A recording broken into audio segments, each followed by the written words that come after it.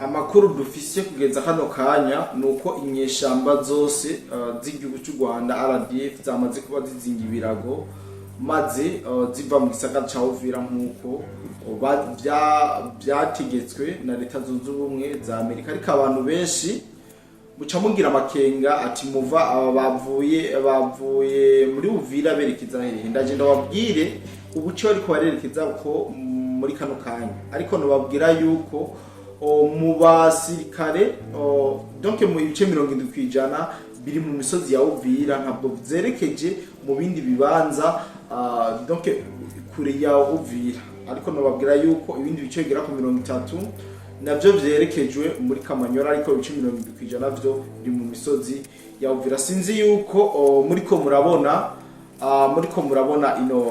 ino video nabacishije, iraboneka neza yuko ari abasirikare bariko baraduga imisozi kandi uva Uvira uja Kamanyora. Ndibaza nta misozi worinda kuduga kubera uca mu kiyaya. Urabona rero yuko aba ari bamwe mu basirikare bariko baraduga mu misozi ya Uvira, Fizi n'ahandi henshi hafi yahanamiye igisagara ca Uvira. Ndibaza nivyo muriko muribonera kuri ano mashusho nabanyurije ngaha kuno muga gwacu. Imbere yuko twinjira idonindo tubabwire bumwe mu buce inyeshamba z'igihugu cy'u Rwanda ubu tuvugana magingo aya zamaze kuba zihungiramwo.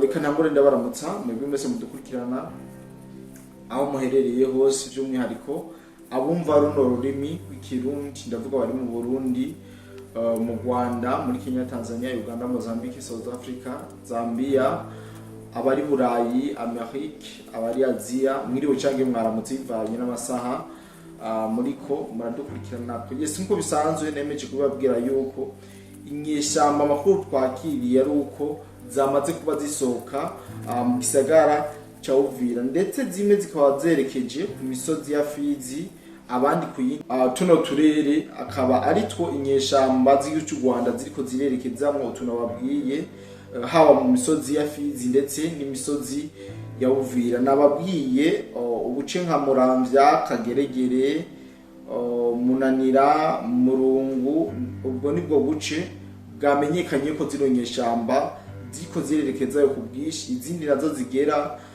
ku bice 30% nazo ziko zirerekeza muri Kamanyora. Ibi ndazi yuko abenshi mutari bwabasha kubimenya canke mutari meze bwamenye uko ibintu byifasha, ariko mu makuru turaronka nuko inyeshamba ziriko zirasohoka mu buryo bweruye, ziriko zirava mu gisagara ca Uvira.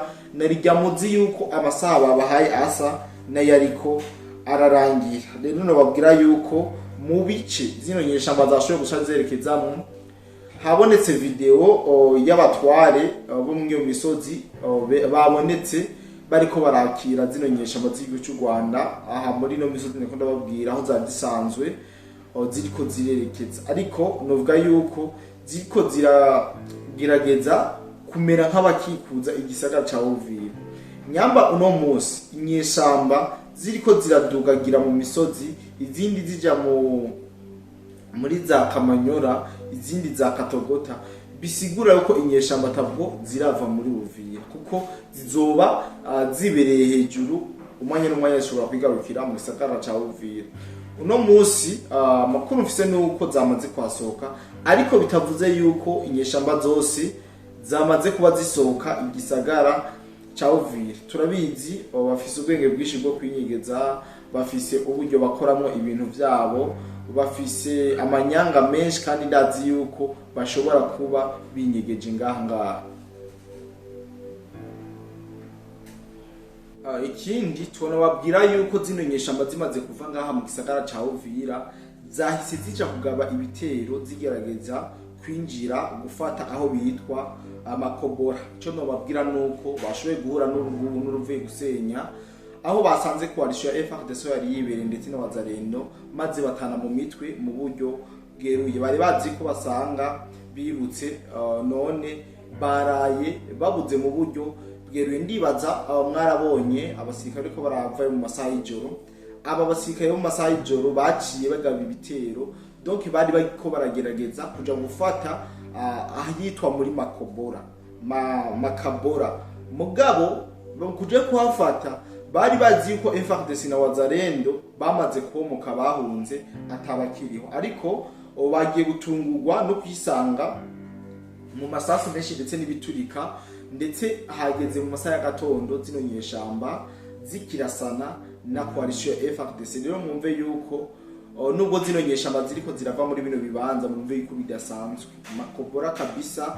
Amasaha ya kugira mu masaha ya saa 2 urusasu rwa rugiturika, umuriro wa rukiri mwinshi, ndetse uwanyandikiye ambwiye ati idi saa tuvugana, yanyandikiye saa 12:12, yati idi saa tuvugana amasasu ni menshi ahitwa Baraka, aho bashaka guca bafata ngo kugira ngo Uvira ibe icyunzwe kuri systeme ikomeye cyane batayirimo. Murumva yuko bariko baranagerageza kwinjira muri Baraka kugira izobabere donc nk'umuganda bashobora kwinyegeza kugira ngo bashobore gucungira hagufi Uvira. Mwomenya yuko nubwo bavuye muri Uvira batagiye kwicara ngo barekure ngo na hamwe baje gufata ahandi. Umuntu yo kwibaza impamvu bavuga ko basigaye bagiye gushira mu ngiro amasezerano y'Idoha ndetse muri Qatar, ariko bakarekura imiji bafashe ariko bakaja kugwana ahari. Izi nyeshamba z'igihugu cy'u Rwanda rimwe na rimwe muranibaza yuko zifise ikibazo cyo mu mutwe canke hariho komandema zihabwa nazo zidatahura.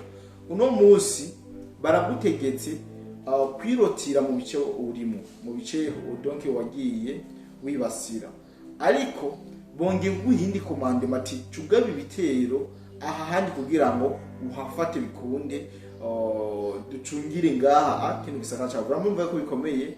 Zino nyesha abantu vuga ko ziko ziratawako bazabuze ugwefo rwa ruguru bivanye n'ibiriko birazibako. Mwomenya yuko ko umusada watangwa na leta y'u Burundi wahavuye, u Burundi bwamaze gushingura karenge muri ino ntambara, bukanacura abasirikare babo.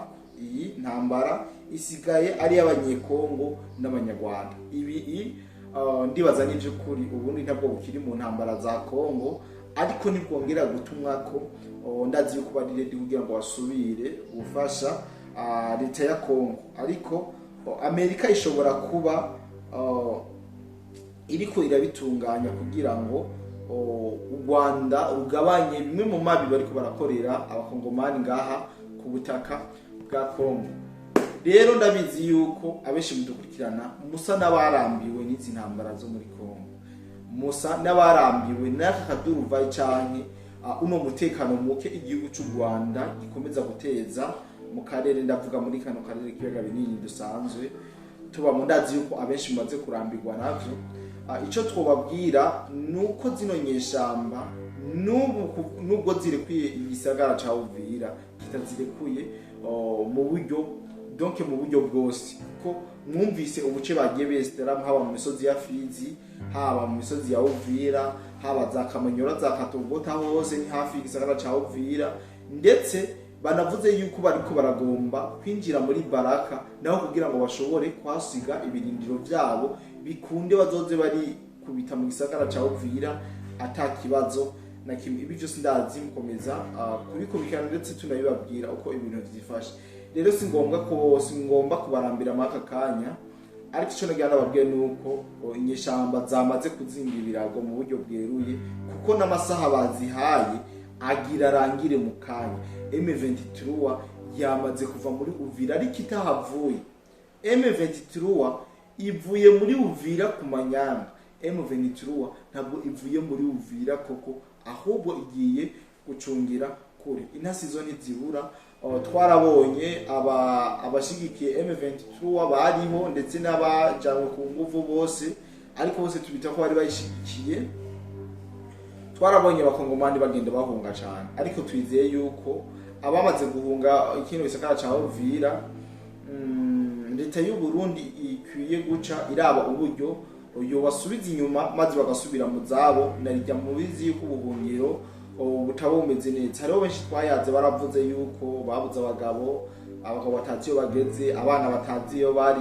Murumva yuko bari ikibazo gikomeye cyane. Reka singombye kubarambira, ndabike banure kumbure turaza kuguma tubana mu biganiro byacu bito bito nk'ibi aho tuza kugerageza kubasangiza update news zose ziba ziriko ziravugwa na cyane ku mirongo y'urugamba. Ariko nagana babwire ati hafi aho ku munsi w'ejo habonekanye amasanamu ya Son Excellence General Major Ndayishimiye ndetse ari kumwe na bamwe mu basirikare bakomeye bafite ipete ryo hejuru ngaha mu gihugu cy'u Burundi, aho bari mu nama novuga yuko atawashoboye kumenya icari kirimo. Kumbure urashobora gusanga ari ibikorwa bya gisirikare cyane ku bijanye n'umutekano muke uriko urarangwa mu karere. Reka kadabike bantu turongera guhura mu biganiro byacu. Bye bye.